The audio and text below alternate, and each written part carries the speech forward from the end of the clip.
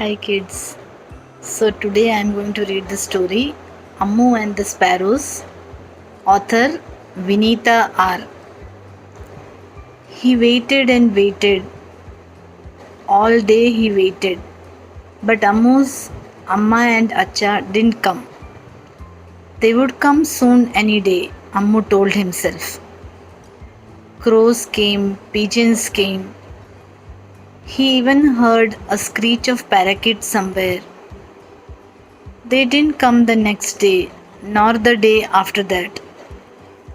Amamma threw a fistful of leftover rice on the parapet. The pigeons flocked down to peck at it. Ammu looked into their eyes. They stared back, unblinking. Then the crows came. They were bold. They jabbed at blobs of rice and hopped closer. Ammu looked into their eyes. They stared back and cocked their heads. He remembered the times when he, Amma, and Acha had played together. Then suddenly the three of them were not together anymore. Where were the little birds? Maybe they don't like rice, Ammu thought. He spread a spoonful of porridge on the ledge. He left breadcrumbs. It had been 4 days, but they had still not come. Next morning, Amamma was ready with bits of dosa. Come, she called him. Ammu sighed. Amma still hadn't come, and the little birds still hadn't come.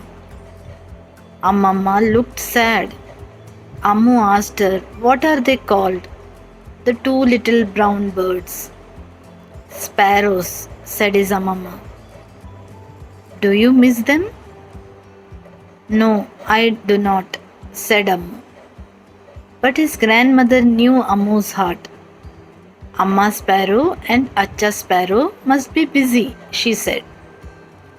Suddenly they were there, the two little brown birds. Which is Amma, which is Acha? Asked Ammu, his heart bursting with joy. He hoped that the pale brown one was the Amma Sparrow. It looked soft and gentle.